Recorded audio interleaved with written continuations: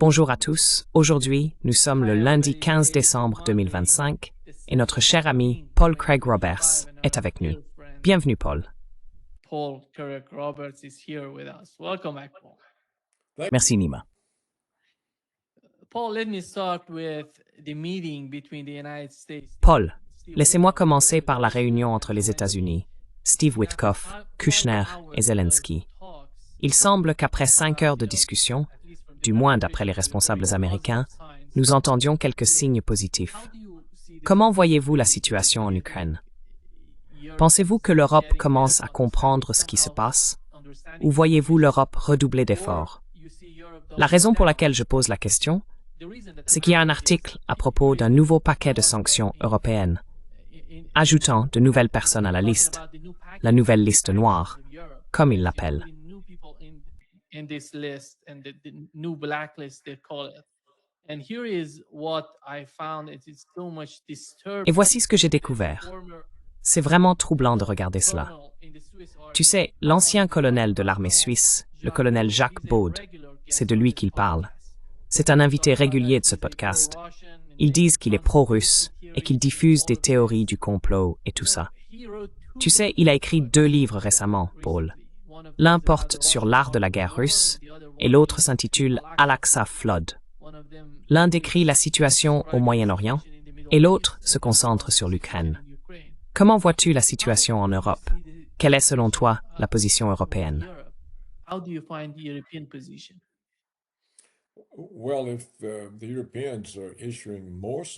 Eh bien, si les Européens imposent davantage de sanctions et mettent d'une manière ou d'une autre le colonel suisse sur liste noire, ils redoublent clairement d'efforts.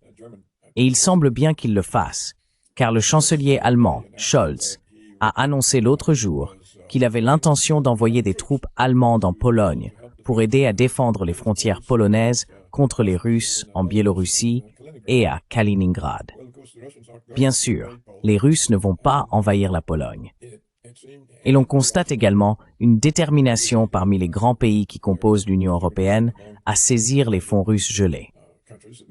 Maintenant, si l'on y réfléchit, Nima, si vous étiez un dirigeant européen et que vous vous attendiez à une invasion russe, pourquoi la provoqueriez-vous en plaçant des troupes à leurs frontières et en confisquant leurs fonds?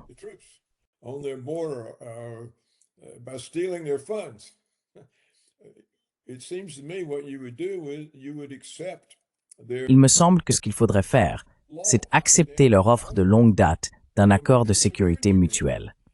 Si j'étais le dirigeant d'un pays et que je pensais être sur le point d'être envahi par la Russie et que la Russie me proposait un accord de sécurité mutuelle, je dirais merci, j'accepte, concluons cet accord de sécurité mutuelle et mettons fin à tout cela. Mais voyez-vous, la vraie question est, qui envahit qui? Qui provoque qui? Ce ne sont pas les Russes qui provoquent l'Europe, ce sont les Européens qui provoquent la Russie. Alors, pourquoi font-ils cela? C'est la question. Est-ce simplement pour la forme? Est-ce une partie d'une mise en scène liée à la politique de Trump? Ou veulent-ils maintenir un conflit parce qu'ils s'attendent à toucher des commissions sur des contrats d'armement? Que se passe-t-il réellement?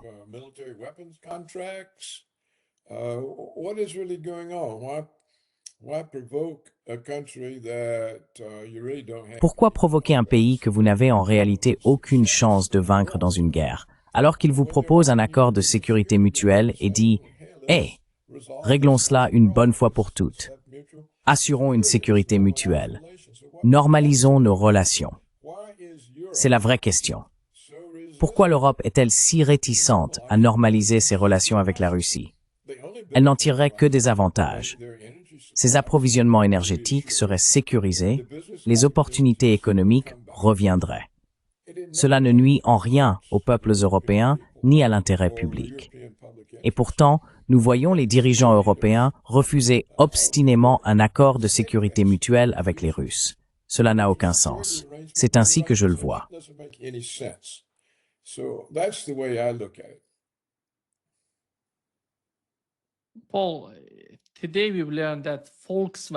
Paul, aujourd'hui nous avons appris que Volkswagen, l'une des plus grandes et des plus importantes entreprises d'Allemagne, va fermer une usine dans le pays pour la première fois en 4 ou 8 ans.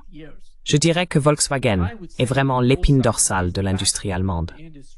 Avec toute cette folie en Ukraine, existe-t-il une quelconque stratégie économique?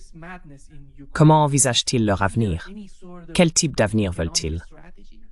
Parce que, à la manière dont ils s'entêtent en Ukraine, on pourrait dire qu'ils sont en train de se détruire d'une façon que personne n'avait encore vue, à mon avis. À mon avis. Well, that's exactly what they're doing. They're destroying themselves. Eh bien, c'est exactement ce qu'ils font. Ils se détruisent eux-mêmes. I think, Et vous me demandez pourquoi. Je pense que tout commence avec l'effondrement de l'Union soviétique. La prise de conscience de la part des néoconservateurs juifs américains que cet effondrement signifiait qu'il n'y avait plus de contraintes à l'hégémonie des États-Unis et que les néoconservateurs pouvaient affirmer cette hégémonie comme objectif principal de la politique américaine et l'utiliser au Moyen-Orient pour débarrasser Israël des États arabes qui limitaient son expansion. Et c'est ce qui s'est passé. Et bien sûr, pendant tout ce temps, l'Europe a été une marionnette américaine. Elle a été totalement sous la direction des États-Unis, leur politique intérieure, leur politique étrangère. Ignacy Pesti de Grimerica. elements of the American empire. Well, what's Eh bien, the situation? quelle est la situation concernant les négociations pour mettre fin à ce conflit en Ukraine? Got underway. It looks like some Elles ont commencé. Mais il semble qu'une certaine disparité soit apparue entre l'Europe et les États-Unis. Je ne comprends pas clairement quelle est la source de cette disparité, ni même si elle est réelle, ou s'il s'agit d'une sorte de mise en scène destinée à maintenir les autres parties dans l'incertitude et à les empêcher de bien comprendre ce qui se passe. Ainsi, l'Europe, pour une raison ou une autre, semble déterminée à poursuivre la guerre contre la Russie en Ukraine et à l'étendre, tandis que les États-Unis ne le sont pas. Je ne peux pas expliquer cette séparation. Je ne peux pas expliquer comment l'Europe a pu détacher sa politique étrangère du contrôle de Washington. Et comme je le dis, il se peut que ce ne soit qu'une sorte de spectacle, un drame joué sur scène pour dissimuler ce qui se passe réellement. on the stage to hide what's really going on. I can't say, Nima, but Je ne peux pas le dire, Nima, mais il se trouve dans cette situation à cause de la tentative des néoconservateurs d'imposer l'hégémonie américaine à la Russie et de les forcer à s'adapter à la politique des États-Unis. Et bien sûr, l'Europe en a payé le prix.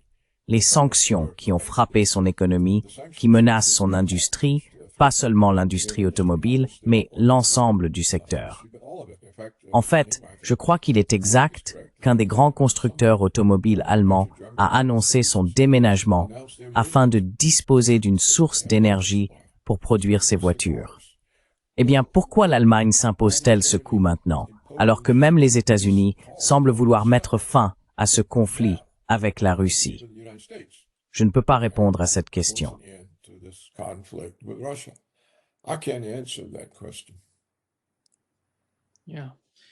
Oui. Quand tu dis Washington, tu parles de l'administration Trump ou des personnes en coulisses qui dirigent la politique étrangère des États-Unis.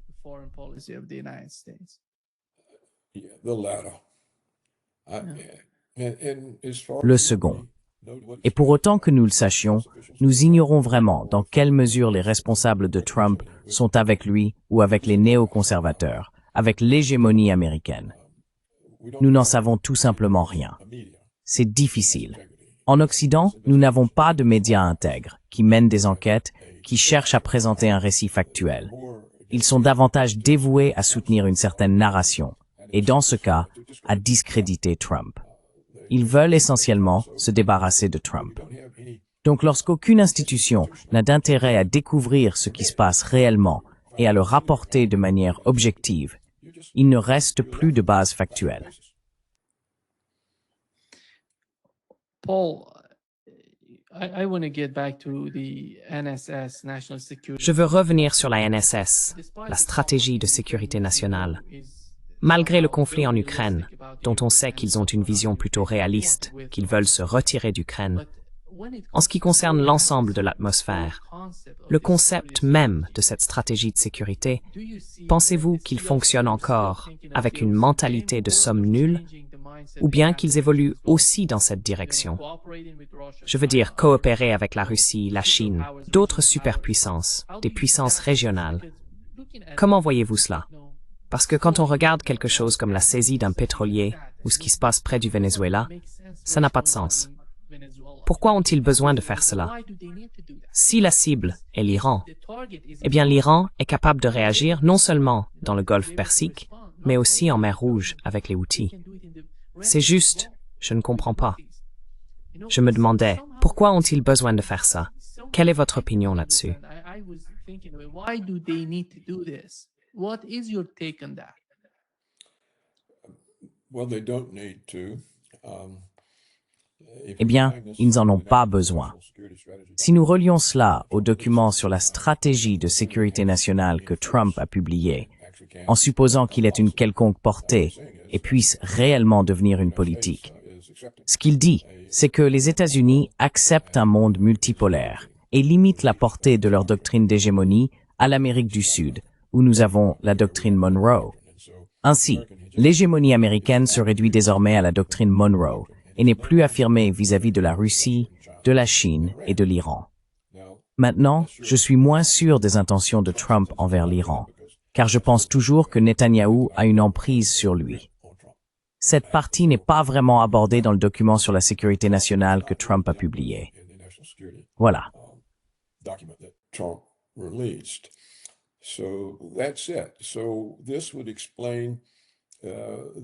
Cela expliquerait donc l'animosité que Trump a manifestée envers le Venezuela, car c'est sa manière de réaffirmer le contrôle américain sur l'Amérique du Sud. Et il se peut bien que le Venezuela ne faisait rien de particulier, mais Trump avait besoin d'un exemple de la doctrine Monroe, une affirmation de l'hégémonie américaine sur l'Amérique du Sud, et il a choisi le Venezuela. Cela tombait bien. Le Venezuela est considéré comme le méchant depuis Hugo Chavez, et Maduro a poursuivi les politiques de Chavez de nationalisation des actifs vénézuéliens. Donc c'est peut-être simplement cela. Trump disant « Très bien, je me retire » d'une affirmation mondiale de l'hégémonie américaine et je la limite à l'Amérique du Sud.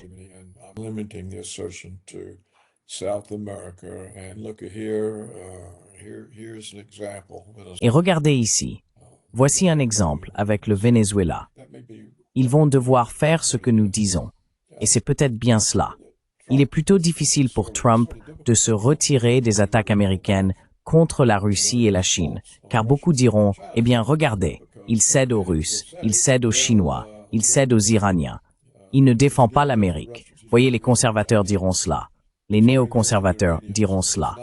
Et bien sûr, la gauche libérale le dira aussi, car c'est une façon d'attaquer Trump. Et cela séduira les partisans de Trump pour qu'ils se retournent contre lui, qu'ils se désenchantent de lui, parce qu'il ne se montre pas assez ferme face aux ennemis de l'Amérique.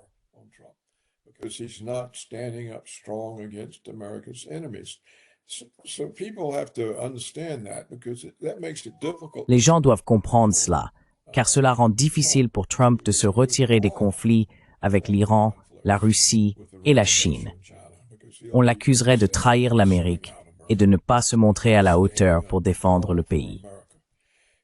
Vous savez, je pense que nous en avons déjà parlé. On observe le même genre de limite chez le gouverneur du Minnesota. Il était parfaitement au courant des scandales liés à l'aide sociale. Mais il ne pouvait rien faire, car s'il s'attaquait à ces programmes, cela donnerait l'impression qu'il s'en prend aux mêmes personnes que ces programmes sont censés aider. Les Noirs des centres-villes, les immigrés en situation irrégulière, les sans-abri, les défavorisés.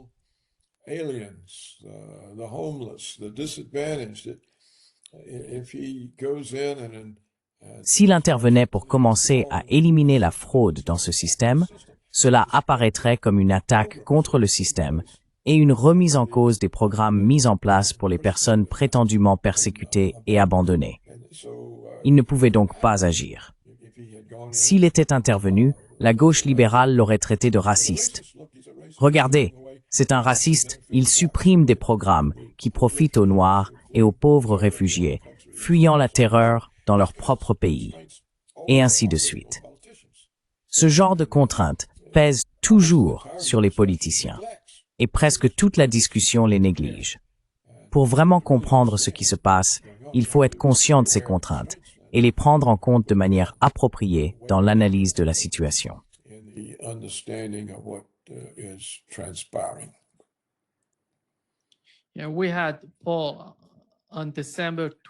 Oui, nous avons eu Paul, les 12 et 13 décembre. Les Russes ont lancé 495 missiles et drones contre l'Ukraine. Et Zelensky a rapporté qu'il avait eu une réunion en Europe avec le chancelier allemand. Il a dit qu'aucune centrale électrique ukrainienne n'avait été épargnée. Il semble que la Russie intensifie ses frappes contre l'Ukraine pour exercer une pression maximale. Penses-tu que cela fasse partie d'un plan visant à faire pression sur Zelensky, ou que la Russie soit en train de modifier sa stratégie en Ukraine?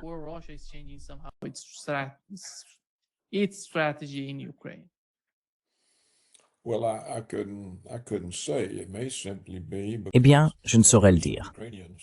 Cela peut simplement être dû aux récentes frappes ukrainiennes sur l'ensemble du territoire russe, y compris à Moscou. Selon les rapports russes, il s'agissait d'une frappe massive, mais elle n'a causé aucun dégât. Je ne sais pas si les Russes l'ont contenue et ont abattu les missiles ou quoi, mais il y a bien eu une attaque vraiment massive de l'Ukraine contre la Russie. Cela peut donc simplement être une réponse.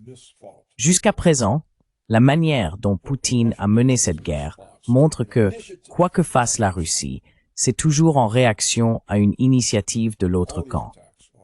Toutes ces attaques sont des réactions à quelque chose que fait l'Ukraine. Comme nous l'avons déjà évoqué, Poutine n'a jamais abordé ce conflit avec l'intention de le terminer rapidement, ce qui aurait pu être fait très facilement dès le tout début.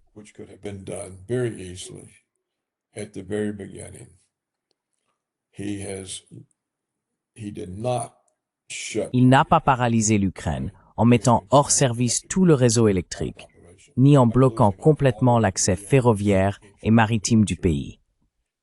Ce sont pourtant des mesures de base que l'on prend lorsqu'on est en guerre et qu'on en a les moyens. Et la Russie les a certainement. Mais ils ne l'ont pas fait. Rien n'a été entrepris pour empêcher l'Ukraine d'acheminer des systèmes d'armes et des troupes vers les lignes de front. Rien n'a été fait pour neutraliser le gouvernement à Kiev.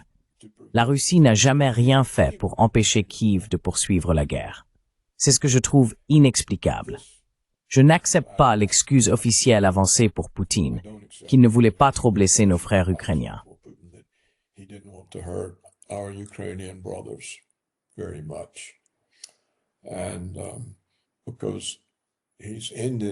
Et parce qu'il a fini par vider le pays de sa population. Les hommes ukrainiens qui n'ont pas été tués sur le front ont fui le pays. Il y a maintenant 19 millions de personnes en Ukraine. C'est une diminution extraordinaire de la population d'un pays. Je n'accepte donc pas les excuses de Poutine ni les justifications concernant la manière dont cette guerre a été menée. Et je n'accorde aucune signification particulière à la récente attaque russe contre le réseau électrique ukrainien. Il est très probable qu'elle ait été une réponse à l'attaque ukrainienne contre la Russie. Il se trouve simplement que d'une manière générale, les attaques de la Russie contre l'Ukraine sont plus efficaces que celles de l'Ukraine contre la Russie.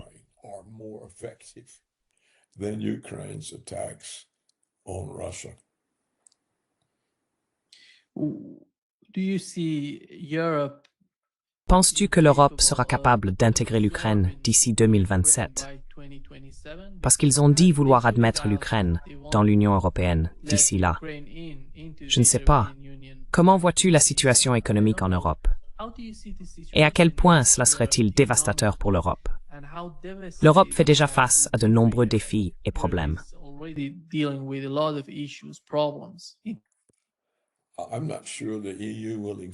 Je ne suis pas sûr que l'UE existera encore en 2027. Elle se fracture. Elle ne respecte pas ses propres lois. Vous savez, les pays membres disposent d'un droit de veto, mais les responsables non élus qui dirigent l'UE disent non, vous ne l'avez pas, ou bien ils ne leur prêtent tout simplement pas attention. Les pays qui ont déclaré qu'ils opposeraient leur veto à la saisie des avoirs russes gelés se sont vus répondre « Nous vous ignorons ». nous n'y prêtons aucune attention. Actuellement, il y a un conflit entre l'Italie et l'Ulubamamauer concernant la propriété des réserves d'or italiennes. L'Italie affirme « Nous possédons les réserves d'or » et l'Ulubamauer répond « Non, c'est nous qui les possédons, car vous n'avez même plus de monnaie. La lire italienne a disparu depuis longtemps. Vous utilisez l'euro. C'est une monnaie de l'Ulubamauer. Vous n'avez pas de devise nécessitant une couverture ou des réserves. »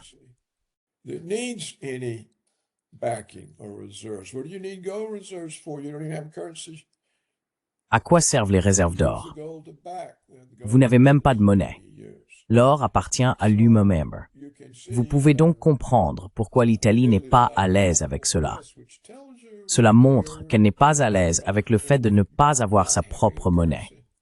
Elle n'est pas à l'aise avec l'euro car elle n'a aucun contrôle sur la politique monétaire. Elle a appris, comme la Grèce l'a appris, qu'elle ne peut pas imprimer de l'argent pour racheter ses obligations. Ainsi, lorsqu'elle vend des obligations, celles-ci ne peuvent être remboursées qu'en euros. Mais si elle ne dispose pas des revenus en devises étrangères qui lui fournissent des euros, elle ne peut pas racheter les obligations. Et alors, les banques allemandes et néerlandaises peuvent en profiter à fond.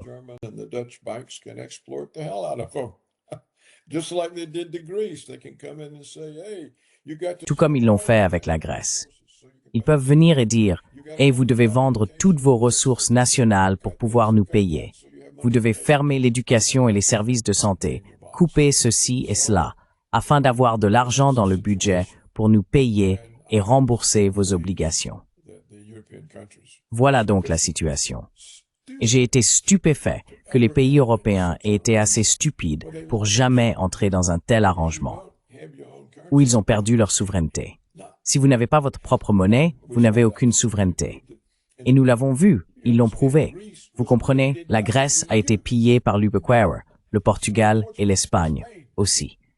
Alors pourquoi quelqu'un voudrait-il se retrouver dans une telle situation?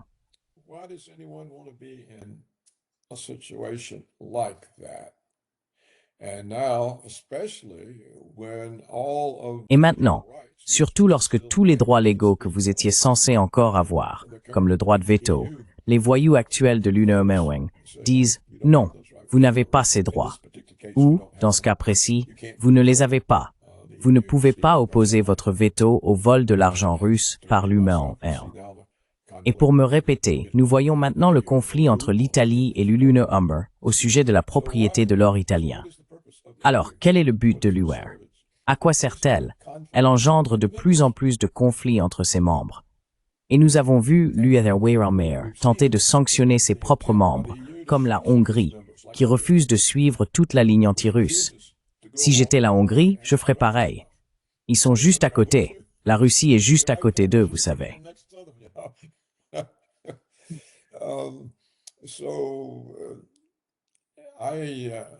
Alors, je pense qu'en 2027, l'Union européenne sera plus fragmentée, moins une entité cohérente.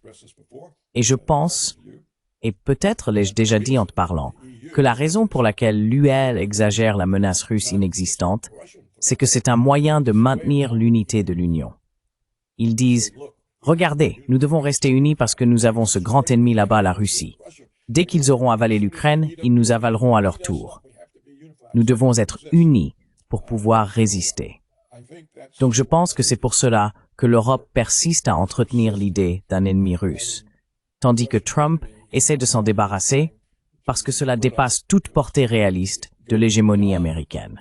Et Trump dit « Eh bien, nous restons hégémoniques, mais dans notre propre sphère d'influence. »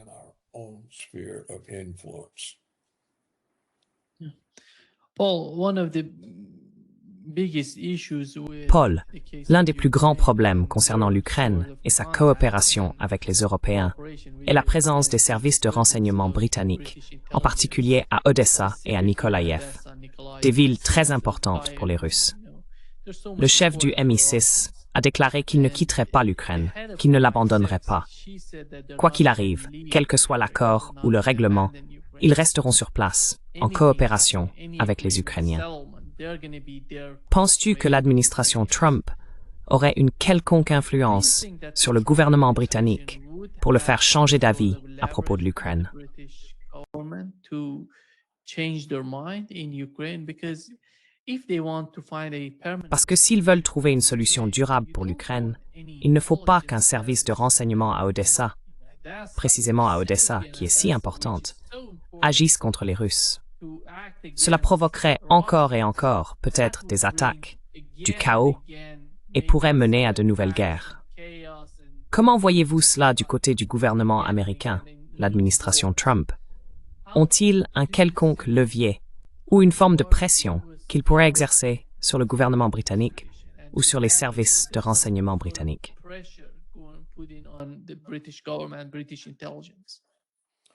Yes, I'll tell you, yes. Oui, je vais vous le dire, il le pourrait.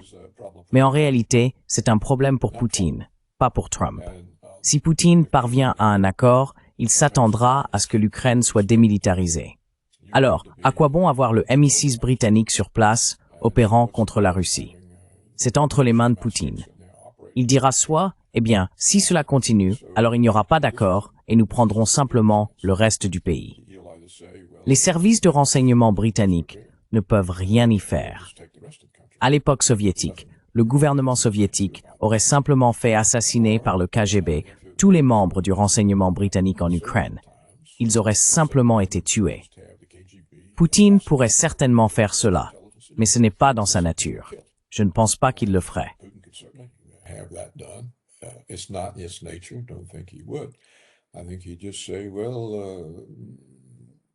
Je pense qu'il dirait simplement, eh bien, vous rompez l'accord. Alors, êtes-vous prêt pour la reprise du conflit militaire? Maintenant, vous avez demandé si les États-Unis pouvaient faire quelque chose. Eh bien, souvenez-vous, un seul homme, George Soros, a été capable de faire chuter la livre sterling. Il a submergé la Banque d'Angleterre, prétendument, selon les théoriciens du complot, le bras contrôlant des Rothschild qui, soi-disant, dirigent le monde. Soros a fait tomber la Banque d'Angleterre et la livre anglaise. C'est ainsi qu'il est devenu multimilliardaire. Si un seul homme peut détruire la capacité de la Banque d'Angleterre à protéger la monnaie britannique contre sa dépréciation, en amassant une immense fortune après l'avoir vendue à découvert, alors il est facile de bousculer les Britanniques.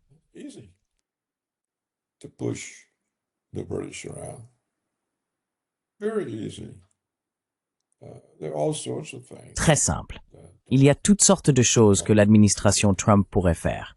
Mais je ne pense pas que Trump considère cela comme son affaire. Il veut s'en retirer.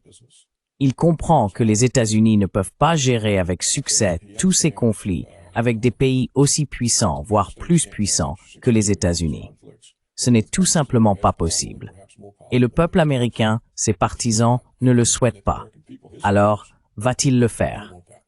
C'est notre seul espoir de voir Trump se libérer de l'influence de Netanyahou.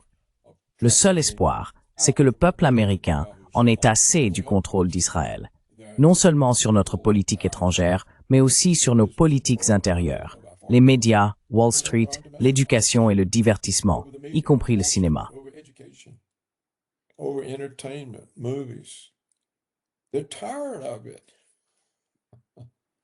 Ils en ont assez. Cela pourrait donc pousser Trump à réaffirmer l'indépendance américaine vis-à-vis d'Israël. Il me semble que c'est là le véritable problème auquel Trump est confronté. Peut-il représenter à la fois l'Amérique et Israël? Quand Israël nous utilise pour ses guerres, quand Israël utilise nos lois contre les Américains pour empêcher toute critique d'Israël, c'est là le point sensible pour Trump. Et nous voyons, vous savez, avec le changement d'avis de Charlie Kirk, que beaucoup appellent à son assassinat. Nous voyons le courage de Candace Owens, de Tucker Carlson et de ce jeune homme, j'ai oublié son nom, Fuentes, ou quelque chose comme ça, vous savez. Nick Fuentes. Oui, ils ne sont plus intimidants, et un grand nombre de personnes sont attirées par ce qu'ils disent. C'est donc l'élément porteur d'espoir qui, combiné à la brutalité de Netanyahou envers la Palestine, pourrait amener l'Amérique à retrouver sa souveraineté vis-à-vis d'Israël. C'est, je pense, la véritable question dans le monde en ce moment. Quant à la Russie et à Poutine, je pense que si les discussions entre Trump et Poutine n'aboutissent pas à mettre fin au conflit en Ukraine.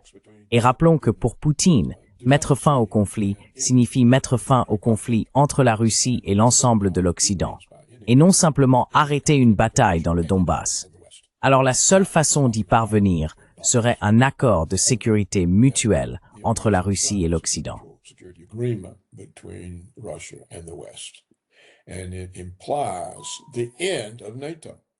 Et cela implique la fin de l'OTAN. L'OTAN n'a plus aucune raison d'être si les relations entre la Russie et l'Occident se normalisent. Les personnes qui parlent d'une invasion russe de l'Europe mentent effrontément. Elles mentent absolument effrontément. La dernière chose que la Russie souhaite, c'est de surexploiter ses ressources humaines limitées en occupant l'Europe. En réalité, elle n'a pas une population suffisamment nombreuse pour le faire tout en continuant à produire des biens et des services en Russie. Il n'y aurait plus de main-d'œuvre. Tout cela est donc absurde.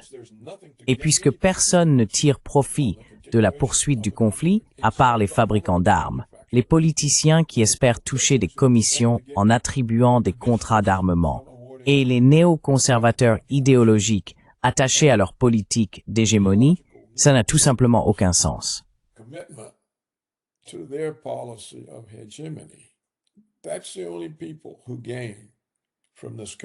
C'est le seul groupe qui tire profit de ce conflit. Personne d'autre n'en bénéficie. L'immense majorité des gens, des institutions, des entreprises et des gouvernements n'a rien à y gagner. Cela devrait donc se terminer facilement.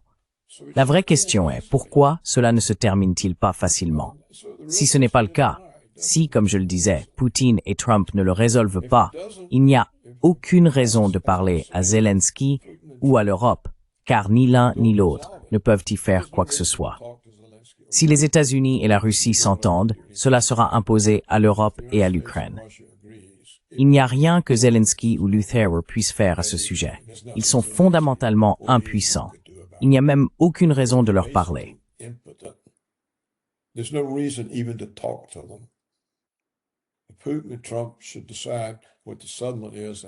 Poutine et Trump devraient décider de ce que serait le règlement, puis il serait simplement imposé.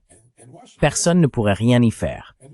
Qui peut s'opposer à la Russie et à Washington? Personne.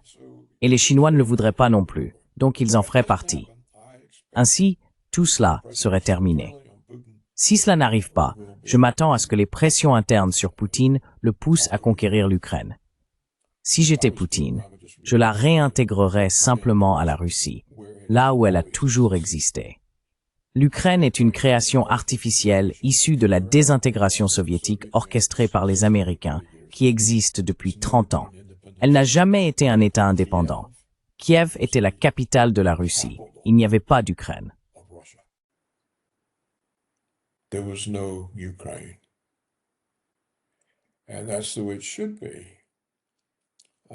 Et c'est ainsi que les choses devraient être.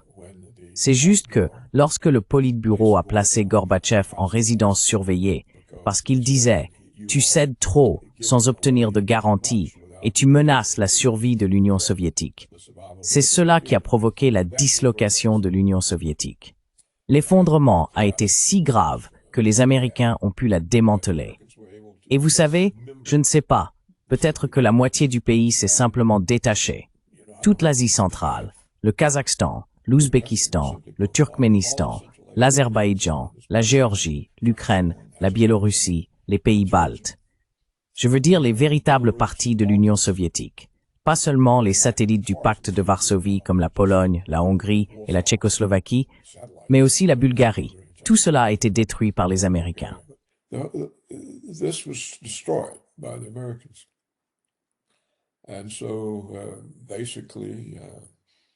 Et donc, en gros, les Russes étaient impuissants jusqu'à l'arrivée de Poutine. Dans les premières années de Poutine, les États-Unis étaient engagés dans plusieurs guerres au Moyen-Orient, et ils supposaient que Poutine, en tant que protégé d'Eltsine, ne serait qu'une autre marionnette américaine et suivrait le mouvement. Ils ne prêtaient pas assez d'attention, et Poutine a décidé de restaurer la souveraineté de l'État russe. Ce qu'il a clairement affirmé en 2007 lors de la conférence sur la sécurité de Munich. C'est en réponse à l'affirmation du nationalisme russe, de la souveraineté russe, par Poutine en 2007, que toutes les attaques contre la Russie ont commencé. Elles ont débuté avec l'envoi de troupes géorgiennes en Ossétie du Sud, et cela a continué à partir de là.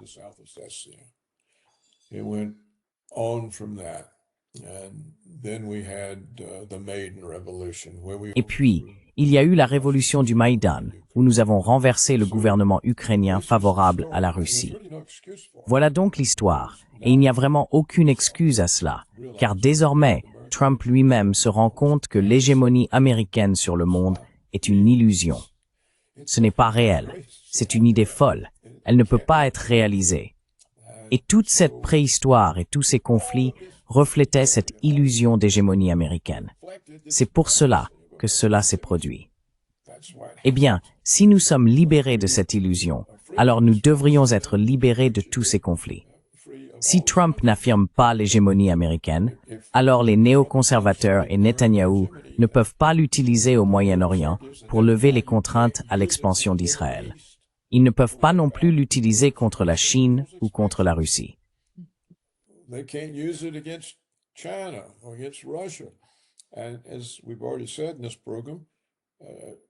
Et comme nous l'avons déjà dit dans cette émission, Trump l'a limité à la doctrine Monroe.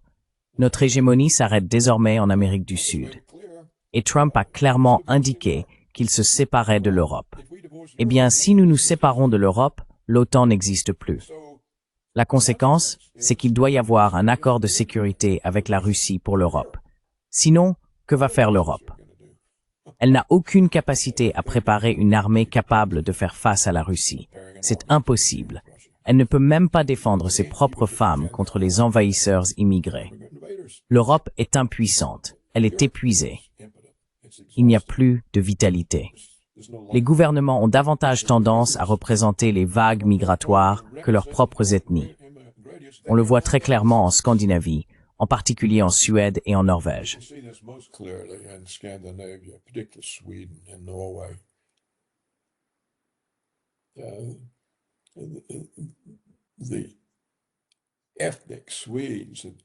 Les Suédois de souche et les Norvégiens de souche n'ont essentiellement pas la protection de la loi. Voilà comment je résume la situation. Nima est assez différent de ce que tout le monde dit et de tout cela, mais je pense que c'est exact. Et je soupçonne que, comme je vois les choses différemment, c'est pour cela que vous m'avez invité à cette émission. Je ne sais pas quoi dire d'autre. Je pense avoir dit tout ce que je pouvais pour expliquer la situation réelle. Donc, quoi que fassent ou disent Witkoff ou les autres, cela n'a aucune importance. Il n'y a aucune conséquence. Paul, hier, il y a eu une réunion à Téhéran, la capitale de l'Iran. Tu sais, des représentants spéciaux des pays voisins de l'Afghanistan étaient présents, pas seulement les voisins, mais aussi l'Iran, bien sûr, le Pakistan, la Russie, l'Ouzbékistan, la Chine, le Tadjikistan, le Turkménistan, tous. Ces pays se sont réunis en Iran pour discuter de la situation en Afghanistan, car il semble que les États-Unis, même sous l'administration Trump, envisagent de renvoyer des troupes en Afghanistan. Et c'est sérieux, parce que lorsqu'ils se réunissent et en parlent, cela montre que dans leur esprit, dans la façon dont ils réagissent à ce qui se passe, c'est une question sérieuse pour eux. Penses-tu que ces politiques viennent encore des Israéliens, de l'administration Netanyahou, qu'ils encouragent cela? Pourquoi? Parce que les États-Unis ont quitté l'Afghanistan. Il n'y a aucune raison d'y retourner.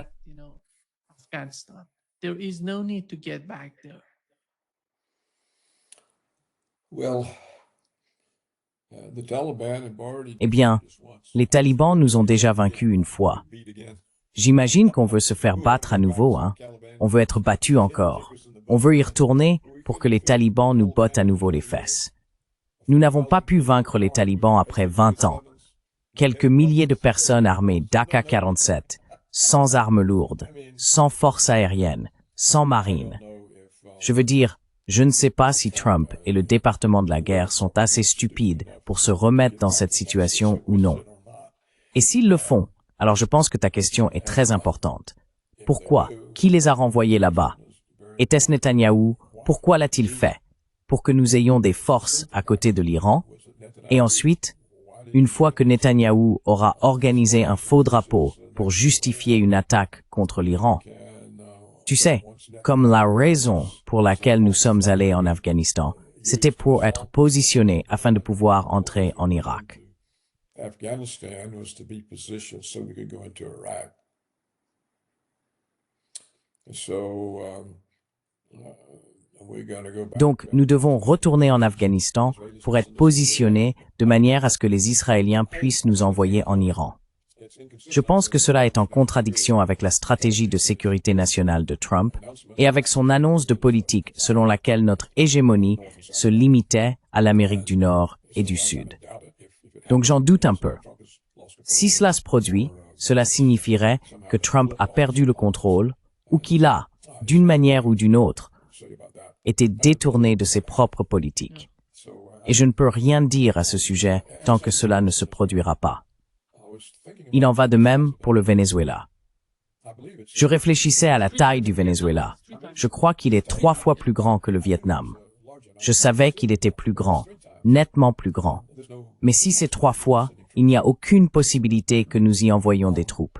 Et cela n'aurait aucun sens. There'd be no point to it. In fact, some people say, En fait, certaines personnes disent, et je ne sais pas, j'en doute un peu, mais on affirme que les Russes fournissent au Venezuela des missiles anti-navires et des missiles de défense aérienne S-400. Si cela s'avérait vrai, une guerre avec le Venezuela se solderait par la défaite totale des États-Unis. Nous perdrions tous nos navires. Chaque avion serait abattu. Ce serait une défaite humiliante de l'Amérique par le Venezuela, un pays du tiers-monde. Et ce serait la fin de la doctrine Monroe. La doctrine Monroe mourrait sur le champ. Ce serait sa fin. Et je pense que même les membres les plus agressifs du régime Trump ne voudraient pas courir un tel risque. Mais d'un autre côté, parfois, les gens sont simplement trop stupides pour leur propre bien. Ils ne peuvent tout simplement pas comprendre quelles seront les conséquences de leurs actes. Donc, tout est possible, mais je pense que c'est peu probable. so anything is possible, but I think it's unlikely. Thank you so Merci much, beaucoup, Paul, d'être avec nous aujourd'hui. with us today. Un grand plaisir, Great comme pleasure, toujours. as always. Well, thank you, Nima. Eh bien, merci Nima. Je vous en suis reconnaissant et j'apprécie beaucoup vos questions stimulantes. I'll send J'enverrai le lien, Paul, juste après. D'accord. Merci beaucoup. Goodbye. goodbye. Au revoir.